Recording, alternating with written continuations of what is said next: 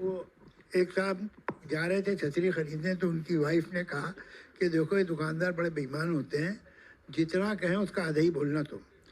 तो कहले गए, कहले कि छतरी कितने की? तो कहले 16 रुपए की, वो सड़क पे बेच रहा था। कहले 8 रुपए में दोगे? अब बहस शुरू हो गई, उसकी भी शायद छतरी नहीं बिक रही थी, तो 8 रुपए में वो तैयार हो गया। 8, जैसे ही वो 8 में तैयार हो, कहले 4 रुपए में दो। तो उसने कहा साहब आप तो फ्री ले जाइए। कहले फिर तो 2 लूंगा। तो जब 20वीं सदी की हरकतें, 21वीं सदी की हरकतें सुन के 22वीं सदी के बच्चे हंसेंगे तब हंसेंगे।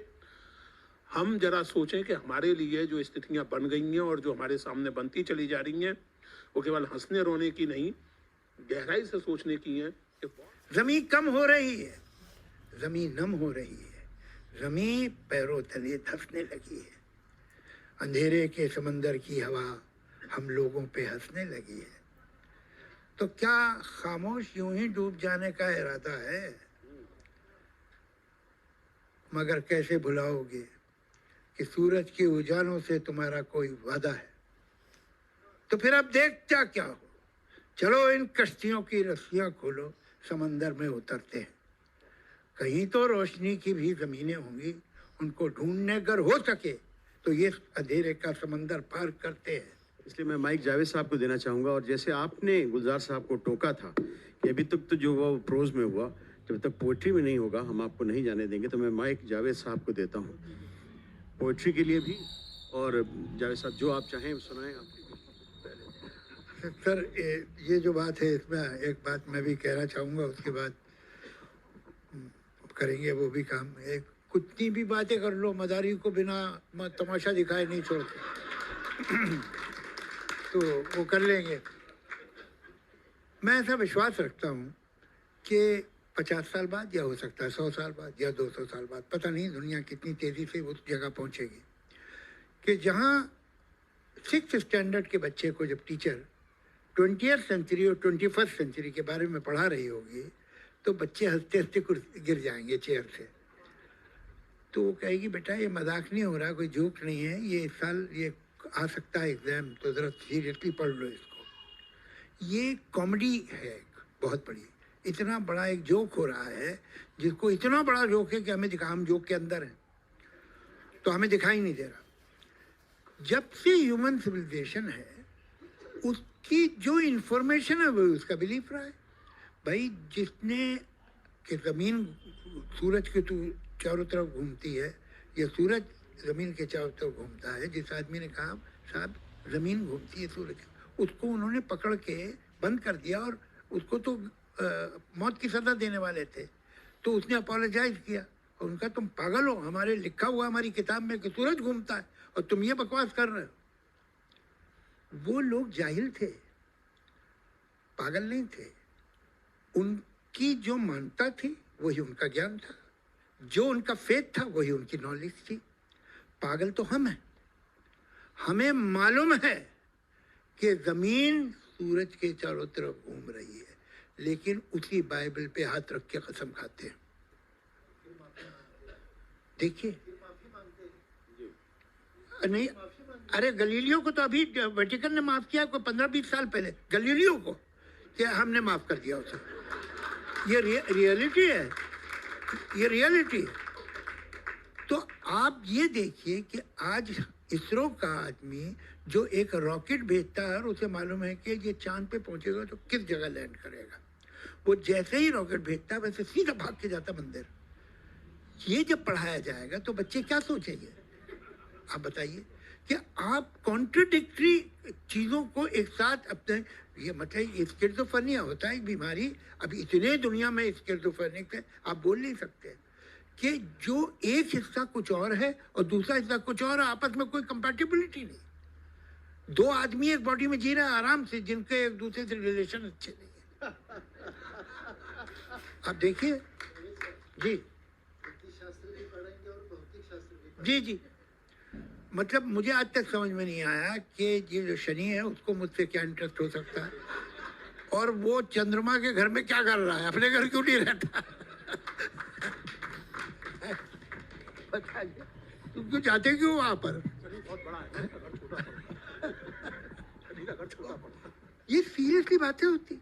ये कुंडलियाँ 21st सेंचुरी में कुंडलियाँ देखी जाती है कि इनकी शादी हो सकती है नहीं हो सकती, और ज़्यादातर शादियाँ कुंडली देख के होती है। तो आप देख लीजिए क्या हो रहा है। जी जी। देखिए, ये जो जावेद साहब जो बातें कर रहे हैं, मेरी उम्र के लोग याद कर सकते हैं। जैसे मैं आपको बताऊं, मैंने 20 बरस पहले तक वास्तु का नाम नहीं सुना था। आज आप किसी कॉलोनी में घर लेने जाइए या किसी बिल्डर का विज्ञापन देखिए, उसमें लिखा रहता है वास्तु क्या, वास्तु कंपेटेबल, वास्तु कंप्लाइंट। मैंने 20 बरस पहले तक वास्तु का नाम नहीं सुना था, और पहली बार इसी नगर में सुना भाई तभी। 20 बरस पहले किसी सिलसिले में आया था तो मुझे बताया गया कि ये वास्तुविद हैं, तो मैं अपने ढंग से उनको वास्तुविद समझ बैठा। मैंने कहा बम्बई की इमारतों के बारे में कुछ बताएंगे, तो मालूम पड़ा कि बम्बई की इमारतों के बारे में नहीं, अगर मैं कभी घर बनाना चाहूँ तो उसके बारे में बताएंगे। जो बात मैं कहना चाहता हूँ दोस्तों, वो ये है कि 22वीं सदी में लोग हमारी जहालत पर या हमारे सिजोफ्रेनिया पर हंसेंगे तो हंसेंगे। इस समय जो गंभीरता से सोचने का मुद्दा है वो ये है कि पिछले 30-40 साल में दुनिया भर में धर्म के जो नेगेटिव पहलू हो सकते हैं, चाहे उन्हें आप जिहालत कहिए, चाहे उन्हें आप एग्रेशन कहिए, चाहे वायलेंस कहिए, पिछले 30-40 साल में उनकी जो जबरदस्त वापसी हुई, ये सोचने का विषय होना चाहिए। सन 66 में ही, सन 66-67 तक लोग कह रहे थे कि age of enlightenment, scientific temper की बात हो रही थी, और केवल हिंदुस्तान में नहीं दुनिया भर में हो रही थी। आज 2001 में, 1991 में हंटिंगटन किताब लिखते हैं क्लैश ऑफ सिविलाइजेशन, 2001 में किताब लिखते हैं who are we the great identity debate in America, और उसमें इस बात पर दुखी होते हैं कि अमेरिका में चर्च गोइंग क्रिश्चियंस की संख्या, संडे रेगुलर चर्च जाने वालों की संख्या घट करके 60% से 52% क्यों रह गई, और अब वो और बढ़ गई होगी। अब नहीं, कम नहीं हो गई होगी। अमेरिका में तो जाहिर साहब बढ़ गई होगी, माफ कीजिएगा, यूरोप की बात नहीं कर रहा हूँ मैं, अमेरिका की बात कर रहा हूँ। यूरोप और अमेरिका में बहुत फर्क है। अमेरिका के बारे में मेरी जो जाती राय है वो मैं यहाँ टेप हो रहा है इसलिए कहूँगा नहीं, लेकिन अमेरिका और यूरोप में बहुत फर्क है भाई दबे। लेकिन ये चिंता की बात है, पिछले 30-40 साल में एक तरह से जिसको मैं कहता हूँ retreat of modernity, retreat of rationalism, retreat of enlightenment values, केवल आपके देश में नहीं दुनिया भर में हुआ है। केवल आपके देश में नहीं हुआ है, दुनिया भर में ये हो रहा है कि वो आपके कोई माइथोलॉजिकल फिगर हैं वो प्लास्टिक सर्जरी करते थे, किसी और के कोई मैथोलॉजिकल फिगर हैं वो सारी चीज़ें किताब में लिख के रख गए, आपको पढ़ना नहीं आता है। ग्रैंड कैनियन अमेरिका में है, अमेजॉन स्टेट में, लाखों वर्षों में बना होगा। भाई एक अल्टरनेटिव टूर होता है जावेद साहब, जो बाइबल वाले करते हैं, और वो दिखाते हैं ग्रैंड कैनियन आपको, लेकिन ये साबित करते हुए दिखाते हैं कि केवल 4,500 साल पहले नूह की नाव के टकराने का नतीजा है, और उसको मानते हैं लोग। और अमेरिकन एस्टेब्लिशमेंट का एक बड़ा हिस्सा उन लोगों के साथ है। ये चिंता के विषय है। जब 20वीं सदी की हरकतें, 21वीं सदी की हरकतें सुन के 22वीं सदी के बच्चे हंसेंगे तब हंसेंगे। हम जरा सोचें कि हमारे लिए जो स्थितियां बन गई हैं और जो हमारे सामने बनती चली जा रही हैं, वो केवल हंसने रोने की नहीं, गहराई से सोचने की हैं कि what exactly is the reason for this kind of retreat of enlightenment and revival of superstition of every kind. ये बात जो है, हम ऐसे समझते हैं कोई और लोग हैं बड़ी गड़बड़ कर रहे हैं, कहीं और हैं कुछ कर रहे हैं। ये क्या वजह है कि जब एक पॉलिटिकल पार्टी हो, एक पॉलिटिकल आदमी हो, एक लीडर हो, वो आपको आपके रिलीजन से उलझाता है, और ये सब जगह हो रहा है। आप उलझ जाते हैं या डरते हैं, कहते हैं कि शायद, अच्छा मुझे तो ऐसा लगता है कि लोग भगवान ईश्वर खुदा से उतना नहीं डरते जितना आपस में एक दूसरे से डरते हैं। तो अगर आपके दिल में कोई बात है भी तो आप कहते डरते हैं कि भाई ऐसा ना हो मेरा हुक्का पानी बंद हो जाए। तो मतलब मेरा ऐसा ख्याल है कि दुनिया में कम से कम 30, 35, 40% एथीस्ट हैं जो अभी क्लॉसेट में है, बाहर नहीं आए, मगर दिल में है कि उनको मानते नहीं, मगर उनकी हिम्मत नहीं क्या नहीं। कोई तो वीकनेस आम आदमी की है ना। ये सिर्फ आप पॉलिटिशियन को ब्लेम करते हैं, आप सरकारों को ब्लेम करते हैं, आप रिजीम को, गलत है। सवाल ये है कि ये कोकीन खरीद कौन रहा है? वो तो बेच रहा है कोकीन, माना मैंने, इसकी मार्केट कहाँ है? इसकी मार्केट तो आम इंसान में है। ये खुद भी हो, नहीं यार, अगर वो इसका कह रहा है तो फिर रिलीजन तो कुछ होगा, तो वो मजबूर हो जाता वहाँ। ये मजबूरी से जब तक नहीं निकलेगा काम इंसान, वो रैशनल नहीं होगा, तो एक ब्लाइंड फेथ में और बिलीफ में क्या फर्क? मैं मानता हूँ कि नॉर्थ पोल है, मैं तो कभी नहीं गया नॉर्थ पोल, तो क्या ये मेरा फेथ है? Why it is not my faith but believe? इसलिए कि मैं जानता हूँ कि अगर मैं चाहूँ तो जा भी सकता हूँ। मैं ये भी जानता हूँ कि बहुत से लोग गए हुए हैं वहाँ, देख के आए। मैं जानता हूँ कि दुनिया गोल है, तो कोई तो ऊपर होगा, टॉप होगा ना, उसको उसी को कहते हैं नॉर्थ पोल। मैं जानता हूँ कि कोई रीज़न नहीं है कि आदमी ये झूठ बोले, लॉजिकली लगता है सही है, उसके एविडेंस भी हैं, गवाह भी हैं, इसलिए वो बिलीफ है, फेथ नहीं है। फेथ वो कंक्लूजन है जिसे आप बगैर किसी एविडेंस, किसी रीजन, किसी रैशनल, किसी लॉजिक, किसी विटनेस के बगैर माने। अब मैं ये पूछना चाहता हूं, इसका मुझे कभी किसी ने जवाब दिया, सवाल मैंने कई बार किया, how do you differentiate between stupidity and faith? Stupidity में यही है कि आप ये सारी चीजों के बगैर एक चीज मान लें। मैं बताता हूँ क्या है स्टुपिडिटी और फेथ में फर्क। मेरा धर्म जो है वो फेथ है, दूसरों का धर्म स्टुपिडिटी। हकीकत ये है, मैंने लिखा था एक, तो उसमें वो ट्विटर वालों ने मुझे एक ईमेल भेजा था कि हम इसे यूज करना चाहते हैं अपनी वॉल पे, that even the most religious man in the world is 90% an atheist, because when he looks at other religion he is totally rational. बिल्कुल सही तरह से सोचता है कि भाई क्या मानते हैं लोग, बस ये भूल जाता है कि खुद क्या मानता है। तो ये जो गड़बड़ हो रही है, ये गड़बड़ जो एक्सप्लॉइट आपको करने वाले हैं, जो आपसे फायदा उठाना चाहिए, वो तो करेंगे। आप कैसे, आप ड्रग्स जो है बंद कर, ऐसे नहीं होगी बंद, वो आपको पीना छोड़नी पड़ेगी, वो इस्तेमाल करना छोड़नी पड़ेगी, जब तक कि आप के अंदर ये एक ब्लाइंड स्पॉट है, someone or the other will use it। तो उस ब्लाइंड स्पॉट के बारे में सोचिए, अगर वो सोच के आप ठीक कर लेते हैं तो ठीक हो जाएगा। एक और मेजर गलती है जो अभी थोड़ा, मुझे तो कोई हर्ज नहीं है आप रिलीजन को जितना भी ब्लेम करें, लेकिन सारा कम्युनलिज्म रिलीजन नहीं है। कम्युनलिज्म की अपनी एक आइडेंटिटी है, उसमें एक बेसिक मिस्टेक कम्युनलिज्म में ये है कि हम लोगों को मोनोलिथिक बना देते हैं। यार अमेरिका वाले जो होते, अरे अमेरिका में हर तरह के लोग होते भाई। अरे आपको मालूम है पूना में जो लोग रहते हैं ना, उनका नहीं, पूना में हर तरह के लोग रहते हैं। उसी तरह से जो कम्युनिटीज भी हैं वो मोनोलिथिक नहीं है, कोई कम्युनिटी मोनोलिथिक नहीं, उसमें हर तरह के अच्छे बुरे, मीडियम, बहादुर, डरपोक, पढ़े लिखे, जाहिल, कंजूस, खर्च करने वाले, हर तरह के लोग हैं। मगर हम उसे टर्न करके मोनोलिथिक बनाते हैं। अच्छा, हमें पता नहीं क्या इसमें आराम मिलता है कि मैंने तो दूसरे टॉपिक्स में भी देखा, साहब वो यूनिवर्सिटी में वाइस चांसलर ने वो नोटिस बोर्ड पर लगवा दिया, लड़का बिगड़ गया। अरे भाई कौन लड़का बिगड़ गया? बजाय इसके कहे कि सारे स्टूडेंट बिगड़ गए, एक सेकुलर कर देते। मुसलमान कभी ये नहीं करेगा, कौन सा मुसलमान नहीं करेगा भाई? कोई सारे मुसलमान नहीं करेंगे, ऐसा कुछ नहीं है साहब। हिंदू में एक बात होती, कोई नहीं हिंदू, हर तरह के हिंदू है दुनिया, क्या बात होती है? तो ये जो हम मोनोलिथ बनाते हैं ये गलत है। This is the basis of communalism. और जो हम समझते हैं कि ये हमारे माँ बाप ने कहा था तो फिर यही ठीक होगा, 99.9% लोग जिस धर्म में मरे, पैदा हुए उसी में मरते हैं, इसके बारे में कभी सोचते ही नहीं। कमाल ये है, मैं लोगों से कहता हूँ यार तुम कुक रखते हो तो 15 सवाल करते हो, तुम ड्राइवर रखते हो तो 15 सवाल करते हो, कौन कौन सी गाड़ी चले। तुम गॉड रखते हो, एक सवाल भी नहीं करते। कुछ तो पूछो उससे, भैया पहले गॉड कहाँ से है, क्या मिलता था वहाँ। समय के का थोड़े सा अभाव है। एक छोटी बात जी, नरेंद्र दाभोलकर जी का समग्र वाङ्मय है, राजकमल ने मराठी से हिंदी में लाया है, उसे पढ़ेंगे तो इस परंपरा को और एक नया। क्या बात, इस बात पे अशोक जी के लिए ताली।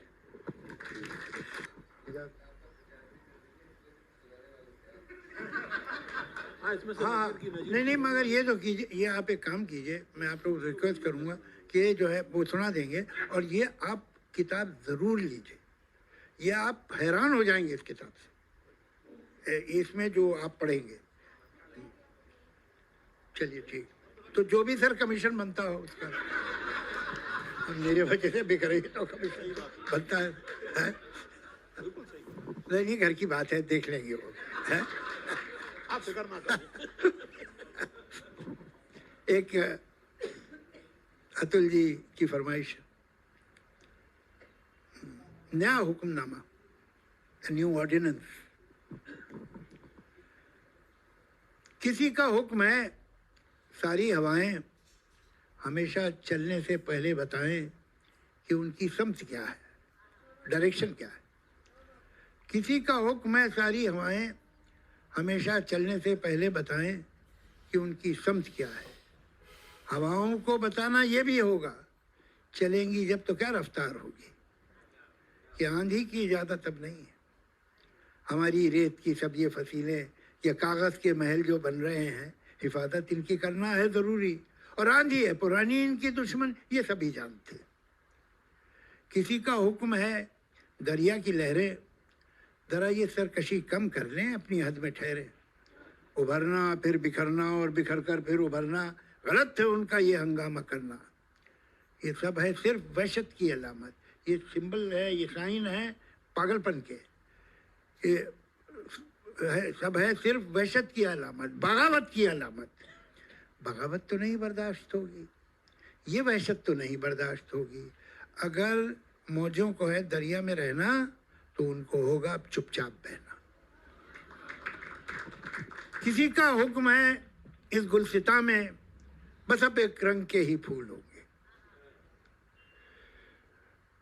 कुछ अफसर होंगे जो ये तय करेंगे, कुछ अफसर होंगे जो ये तय करेंगे कि इन फूलों का रंग कितना गहरा। किसी को ये कोई कैसे बताए, किसी को ये कोई कैसे बताए, गुलिस्तां में कभी भी फूल एक रंगी नहीं होते, कभी हो ही नहीं सकते। कि हर एक रंग में छुपकर बहुत से रंग रहते हैं।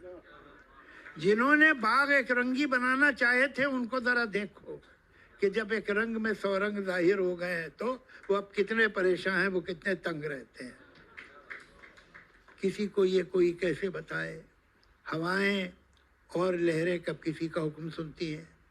हवाएं हाकिमों की मुट्ठियों में, हथकड़ी में, कैद खानों में नहीं रुकती।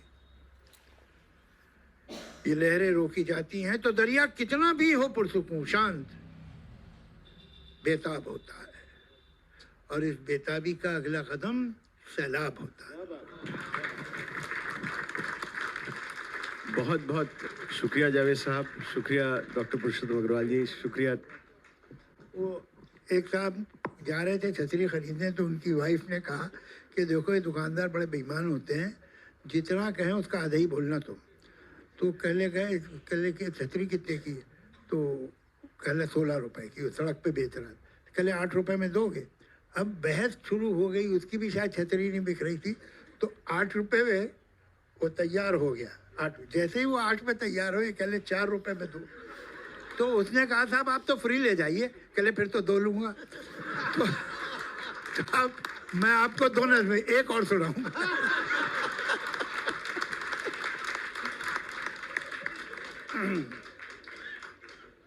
अंधेरे का समंदर। जहां तक भी नजर जाए अंधेरे का समंदर है। उफक तक, होराइजन और उफक के पार भी शायद यही बस एक मंजर है। अंधेरे का समंदर ही समंदर है। अंधेरे के समंदर में ये एक छोटे से नुक्ते के बराबर एक जजीरा है, रोशनी का एक जजीरा है कि जिस पे हम खड़े हैरा परेशान देखते हैं, और जिधर देखें हर एक सिमत और हर एक जानिब बस एक तारीक पानी है कि जिसकी मौजें ऐसे उठ रही हैं और इस तरफ यूं बढ़ रही हैं जैसे कोई हाथियों की फौज है जो ये जजीरा रौंदने को है। जजीरा आइलैंड, हर एक मौजा के साहिल पर जब अपना तन पटकती है तो साहिल का कोई कमजोर हिस्सा टूट के साहिल से कटता है, जजीरा पीछे हटता है, जजीरा और सिमटता है। जमीन कम हो रही है, जमीन नम हो रही है, जमीन पैरों तले धंसने लगी है, अंधेरे के समंदर की हवा हम लोगों पे हंसने लगी है।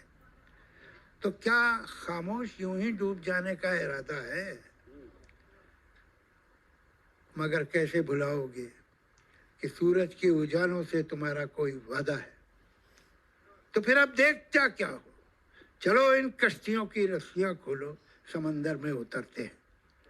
कहीं तो रोशनी की भी जमीनें होंगी, उनको ढूंढने अगर हो सके तो ये अंधेरे का समंदर पार करते हैं और इस कोशिश में जीते हैं तो जीते हैं, जो मरते हैं तो मरते हैं।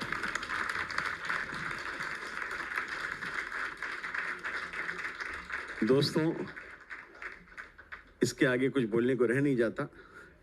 बस यही कहूँगा कि परंपरा का एक नाम लीक भी होता है, और किसी हिंदुस्तानी कवि ने बहुत पहले कहा था, अभी दोहों की बात होने जा रही है, ये भी एक दोहा है छोटा सा, कि लीक लीक कायर चले, जो सिर्फ एक ही परंपरा को निभाता है। लीक लीक कायर चले, लीके चले कपूत, और लीक छोड़ तीनों चले, शायर सिंह सपूत।